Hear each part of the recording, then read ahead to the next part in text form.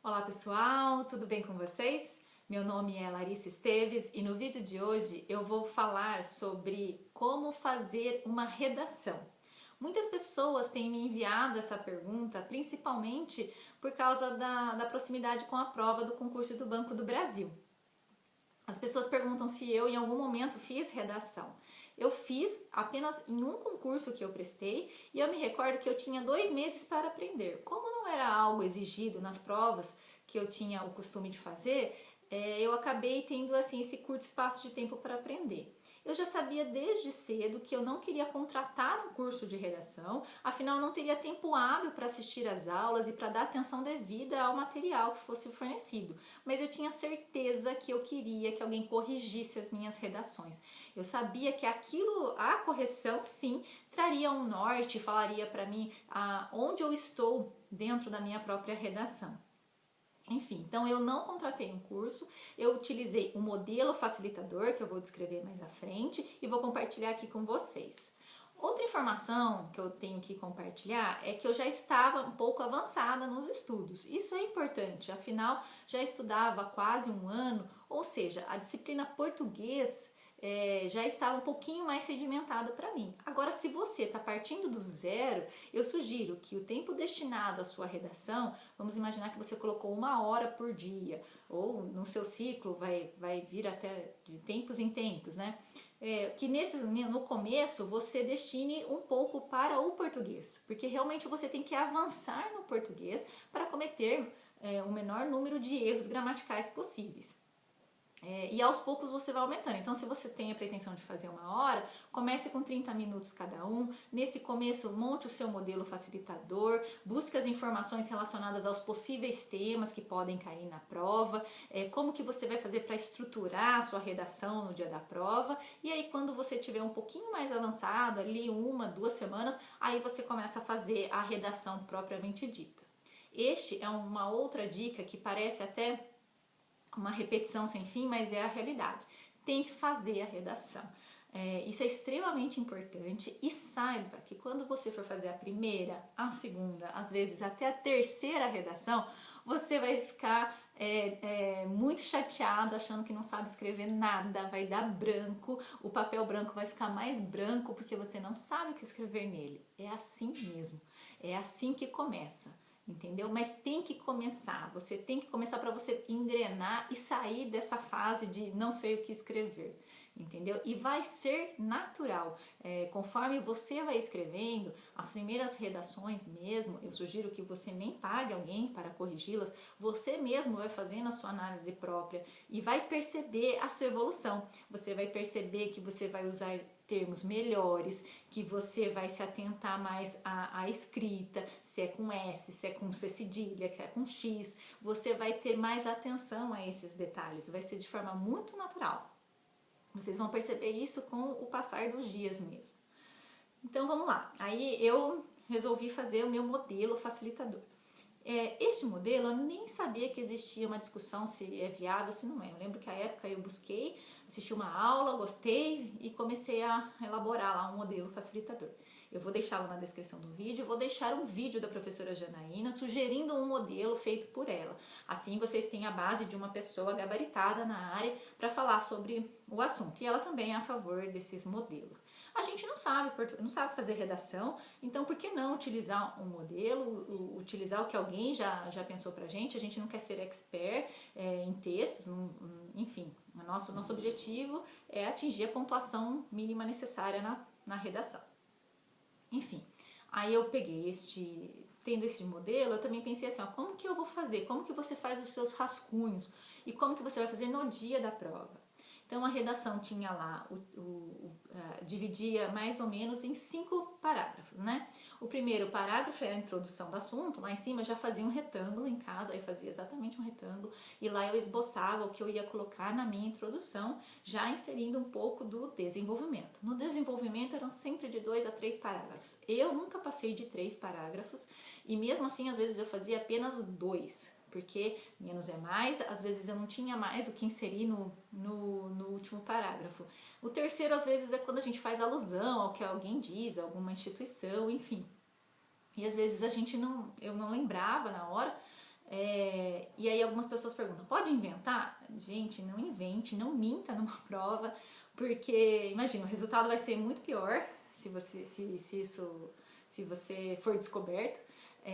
Não é viável fazer isso, mas se você não sabe, vamos imaginar, você se recorda que durante os seus estudos você viu que a ONU mencionava que X% da população. Se você não lembra quantos por cento, mas você tem certeza que foi a ONU, então coloca lá a ONU, de acordo com a ONU, grande parte da população. Use termos genéricos que você não vai mentir e você vai agregar valor ao seu texto, demonstrando que você reconhece uma fonte confiável. Então, assim, não deixe de colocar, mas tente lembrar o máximo de informação que você lembrar, qual é a melhor forma que você trabalha no seu texto. Isso é muito importante, tá bom?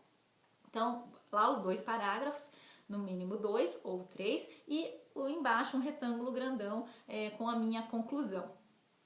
Eu fiz isso para todos os temas que eu ia fazer na minha casa, por quê? Porque na hora que eu ia revisar, afinal a gente tem que revisar as redações por causa dos temas. Vamos imaginar que a gente faz uma redação na nossa casa sobre Pix. Se porventura cair na prova, a gente tem que saber o que falar do Pix. Você tem que olhar lá o que você escreveu. Então quando você fez a redação, você resolveu falar sobre pontos positivos e pontos negativos. Então você vai olhar aquilo para que você lembre no dia da prova. Isso é extremamente importante. E também que você reproduza no dia da prova. Então vamos imaginar, eu sugiro fortemente que a primeira coisa que você leia seja o tema da redação. Não estou falando para você fazer a redação, mas é importante que você leia, que você saiba do que você vai ter que escrever. E de repente já comece anotando tudo o que você lembrar. Esse tema, eu fiz uma redação sobre isso. E anote rapidamente tudo que você se recordar. De repente alguns conectores que você queira utilizar na sua prova, para não correr o risco de esquecer, anote os conectores ali no seu rascunho. E ao mesmo tempo, conforme você vai lendo as questões, muitas bancas colocam questões relacionadas às vezes ao tema da redação. Aquilo vai te dando mais ideias do que escrever na sua redação. Por isso que eu falo, leia o tema. Não necessariamente comece pela redação, porque você, lendo toda a prova, você vai ter uma base maior, você vai conseguir ter mais informações assim, do que você realmente vai escrever. E aí, no final, você faz a sua redação, propriamente dita, né? Então, vamos lá. Você tá lá, você sentou, começou a fazer as redações.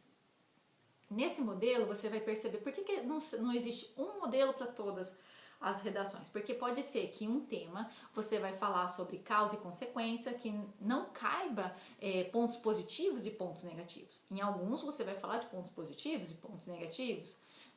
Por exemplo, a gravidez na adolescência. Você vai falar sobre pontos positivos e negativos da gravidez na adolescência. Talvez o seu ponto positivo seja interpretado como se você estivesse estimulando. Pode ser dúbio. Então, por que não falar sobre a causa e a consequência? Então, quais são as principais causas da gravidez na adolescência? Quais são as principais consequências da gravidez na adolescência?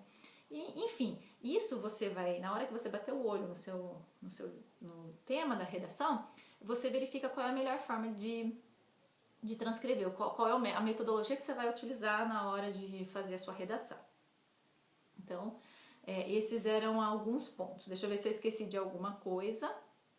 Acho que era uma pena. Tem uma outra dica, que são muitos os conectores. Eu sempre tive dificuldade com decoreba, assim, com decorar mesmo. Então, embora eu já estivesse estudando há algum tempo português, eu tenho dificuldade para decorar. Então, a gente vê lá os conectores de adição, tem vários tipos, né? Mas aí o que eu fazia? Para ter certeza e conferir robustez no texto, eu sempre decorava 2. Um básico, que eu ia lembrar do que se trata, e um mais diferentão, um mais bonito do meu ponto de vista, né? Então, por exemplo, eu decorava lá, apesar de. A gente sabe para que serve num texto, assim, como utilizá-lo, né, no texto da redação, apesar de. Mas às vezes é melhor a gente colocar um outro termo. Então tinha malgrado, não obstante. Então, mas eu decorava sempre 2, então, porque era mais difícil de eu esquecer. Se eu decorar apenas não obstante, eu poderia esquecer do que se trata. Então às vezes, eu queria pôr não obstante no texto. Mas o que é não obstante? E se eu colocar de forma indevida, eu ainda vou perder ponto. Então, nem coloque, se na dúvida não coloque. Mas eu decorei, não obstante, apesar de. Eu decorei segundo e consoante. Então, segundo a ONU, consoante a ONU, entendeu? Consoante já é mais diferente, já não é tão usual, mas é correto, assim como segundo. Finalizava, portanto, corria do portanto, então, por conseguinte, enfim, eu sempre decorava 2, aí vocês peguem a lista de conectivos e decorem 2, um que você vai lembrar o que significa, que ele vai te remeter para você utilizá-lo da forma correta, e um para engrandecer aí o seu texto. Essas eram as dicas que eu tinha para compartilhar sobre o assunto, temas de redação. Eu torço para que vocês consigam obter bons resultados. Não se esqueçam de, se for possível, contratar um serviço de correção. Se você não tiver condições mesmo, peça para alguém corrigir. Mesmo um leigo, você vai perceber esses termos, esses conectores que você utilizar. Ele mesmo vai falar para você, olha, isso aqui melhorou, o conteúdo ainda está ruim, etc. E tem uma última dica que eu ia colocar, é a seguinte: eu contratei a correção das redações, à época, né, já faz alguns anos, eles devolviam assim, ó, parágrafo tal, erro de concordância verbal. Aí eu olhava, você olha a correção, para você não cometer o mesmo erro depois. Então eu olhava qual era o parágrafo, aí de repente via 3 verbos. Aí eu ficava na dúvida, mas qual o verbo que eu errei? Ou será que eu errei os dois? Porque às vezes a gente não está tão afiado na gramática, então a gente não consegue identificar o próprio erro. Eu devolvia e perguntava para eles, olha, vocês informaram que tem um erro na linha tal, eu queria saber qual é o erro, porque eu não consegui identificar ou eu identifiquei 2 em vez de 1 ou 2. Aí eles sempre respondiam, sempre eram muito solícitos em esclarecer as dúvidas. Então, assim, aproveite a correção. Né? Se deixou dúvida, pergunte, manda a pergunta de volta para esclarecer, para que não tenha dúvida.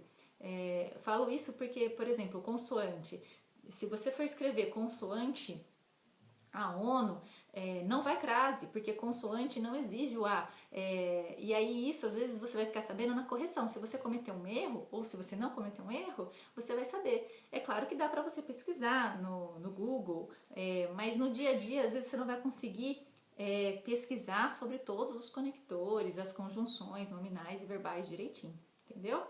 E por último, agora que eu já estava me esquecendo, não tem problema as primeiras redações você consultar o Google. Não tem problema, não tenha medo. É importante apenas que você escreva. Então, mesmo que você vá copiar um modelo, você vai começar a fazer uma redação copiando as ideias que estão no Google, ou você vai pesquisar até, eu quero uma frase de desenvolvimento de pontos positivos do Pix. Pesquise isso, mas escreva, transcreva para você ver o tamanho da linha, para você verificar, para você aumentar a sua memorização. Então ajuda quando você está anotando, além de você apenas ler ou você ouvir. Então não tenha medo, é natural isso. Eu pelo menos fiz isso. As primeiras redações eu olhava, demorava 2 horas para fazer, a segunda demorava 1h40, ficava pior que a primeira. É natural, dava branco, mas depois as coisas vão se tornando um pouco mais normais, as coisas vão acontecendo. Aí sim, mas sempre estabeleça tempo, até para você saber se você está indo muito devagar ou se você está indo rápido, mas estabeleça um tempo. E aí, conforme você vai avançando, você coloca, durante o horário de estudos, eu tenho que fazer uma redação em 1 hora. Tem que fazer. Se ficar ruim, não tem problema, faltou um parágrafo. No dia da prova, se faltar um parágrafo, faltou um parágrafo. Né? Você não vai conseguir terminar depois. Aí você vai treinando dentro daquele tempo a fazer a redação. Tá bom, pessoal? Acho que eram essas as dicas de hoje. Espero que ajudem vocês e até o nosso próximo vídeo.